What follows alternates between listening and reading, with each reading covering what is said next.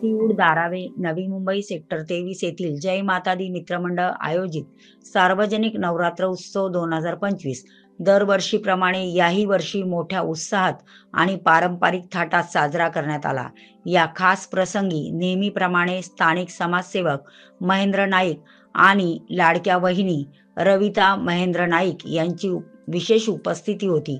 दोघांनीही मंडळाच्या कार्यक्रमात सहभागी होत प्रेक्षकांमध्ये उत्साहाचे वातावरण निर्माण केले। कार्यक्रमादरम्यान महिला आणि लहान मुलांना विविध पारितोषिकांचे वितरण करण्यात आले। यावर्षी स्पर्धांमध्ये विजेत्यांसाठी आकर्षक बक्षिसाची व्यवस्था करण्यात आली होती। प्रथम क्रमांकांसाठी LED टीव्ही, महिलांसाठी 10 पैठणी साड्या आणि लहान मुलांसाठी विशेष गिफ्ट्स यांचा समावेश होता। या उपक्रमामुळे परिसरातील नागरिकांमध्ये आनंदाचे आणि एकतेचे वातावरण पाहायला मिळाले। महेंद्र नाईक यांनी आपल्या भाषणात मंडळाच्या कार्याची स्तुती केली आणि महिला मुलींना प्रोत्साहन दिल्याबद्दल आयोजकांचे आभार मानले। त्यांनी सामाजिक बांधिलकी जपत असे सांस्कृतिक कार्यक्रम स्थानिक पातळीवर होत राहावेत अशी अपेक्षा व्यक्त केली।